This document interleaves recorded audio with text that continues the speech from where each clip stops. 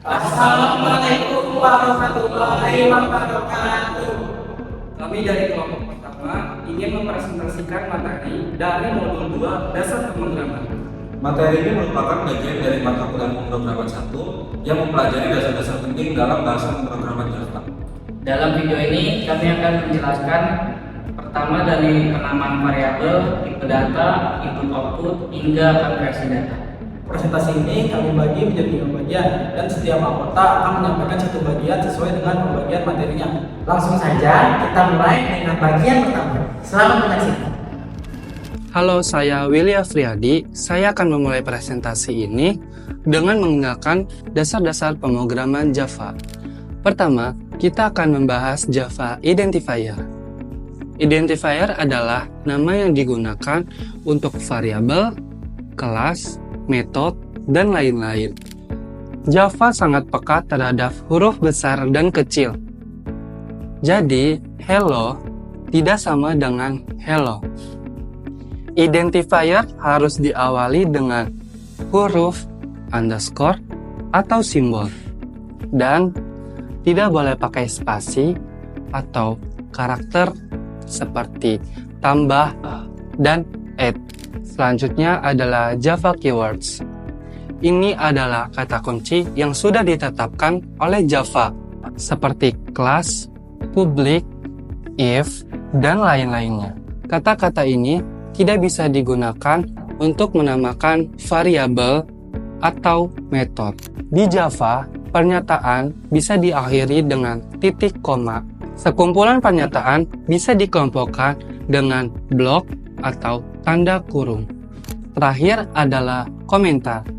Di Java terdapat 3 jenis komentar. Yang pertama adalah satu baris, yang kedua adalah beberapa baris, dan yang terakhir adalah Javadoc. Komentar digunakan untuk dokumentasi dan tidak bisa dijalankan oleh program. Halo semua, nama saya Ardian. Dalam bahasa pemrograman Java terdapat 8 tipe data. Yang pertama ada char. Tipe data ini digunakan untuk menyimpan satu karakter seperti A atau B. Lalu ada string. Tipe data ini digunakan untuk menyimpan satu kata atau sebuah kalimat. Contohnya, nama saya Ardian.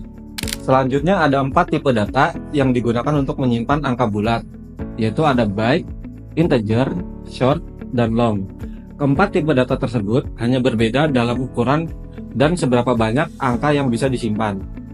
Kemudian, jika ingin menyimpan angka dengan bilangan desimal, bisa menggunakan double atau float. Dan yang terakhir ada boolean. Tipe data ini hanya punya 2 nilai, yaitu true atau false. Biasanya tipe data ini digunakan untuk kondisi atau sebuah logika pemrograman. Perkenalkan, nama saya Apis Hasimusyapa. Saya ingin menjelaskan tentang materi saya operator dalam Java. Yang pertama, operator aritmatika. Seperti ada tambah, kurang, kali, bagi, dan persen. Operator ini digunakan untuk menghitung nilai matematik atau matematis. Contoh, A tambah B. Kemudian, operator increment dan dependent, yaitu ada tambah-tambah dan kurang-kurang, bisa digunakan untuk menambah dan mengurangi nilai satu persatu. Selanjutnya ada operator relasi, digunakan untuk membandingkan dua nilai, misalnya sama dengan, tanda seru sama dengan, lebih besar, lebih kecil, lebih besar sama dengan, dan lebih kecil sama dengan. Hasilnya bisa berupa true atau false. Operator logika bekerja dengan nilai boolean seperti and, or, dan not. Operator kondisi digunakan seperti if singkat. Contohnya string status sama dengan nilai lebih besar sama dengan 60, itu tanda tanya bisa ditanyakan lulus atau tidak lulus. Terakhir, operator string digunakan untuk menambahkan atau menggabungkan string, misalnya halo tambah nama, misalnya namanya Joko, halo Joko. Kita juga bisa metode seperti equals dan substring. Oke, terima kasih. Halo semuanya, perkenalkan nama saya Aditya. Di sini saya akan menjelaskan materi tentang konversi tipe atau dalam bahasa Inggris type conversion. Nah, dalam type conversion ini memiliki dua jenis. Yang pertama itu adalah konversi otomatis. Jika tipe data yang lebih kecil dikonversi ke tipe data yang lebih besar, misalnya dari integer ke long. Lalu yang kedua ada casting, yaitu konversi manual. Misalnya dari double ke integer.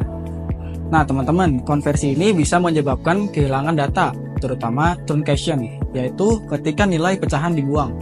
Ada juga aturan alur konversi, misalnya dari byte bisa langsung ke integer, ke long, atau double tanpa kehilangan data.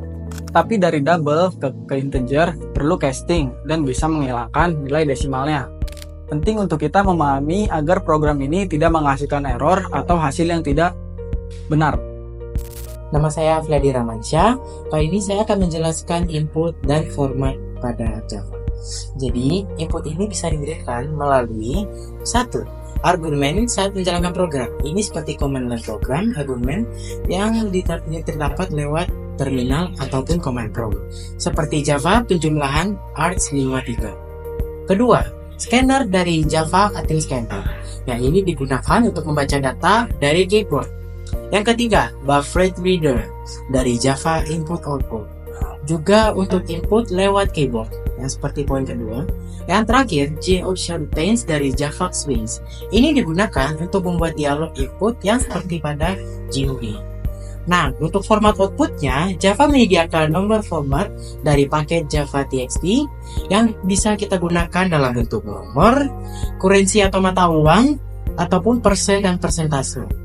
Nah, seperti contohnya, nomor format, jet, kurensi instance dengan functions, dan format dengan integer 100.000. Kita juga bisa mengatur format lokal seperti Indonesia, Jerman, atau Amerika. Itulah penjelasan dari kami mengenai materi dasar pemrograman Java. Semoga apa yang kami sampaikan bisa bermanfaat dan membantu teman-teman dalam memahami materi ini. Kami menyadari bahwa masih banyak kekurangan dalam penyampaian, maka dari itu Kami mohon maaf jika ada kesalahan kata, penjelasan maupun teknis dalam video ini. Terima kasih telah menyimak video kami sampai akhir. Wassalamualaikum warahmatullahi wabarakatuh.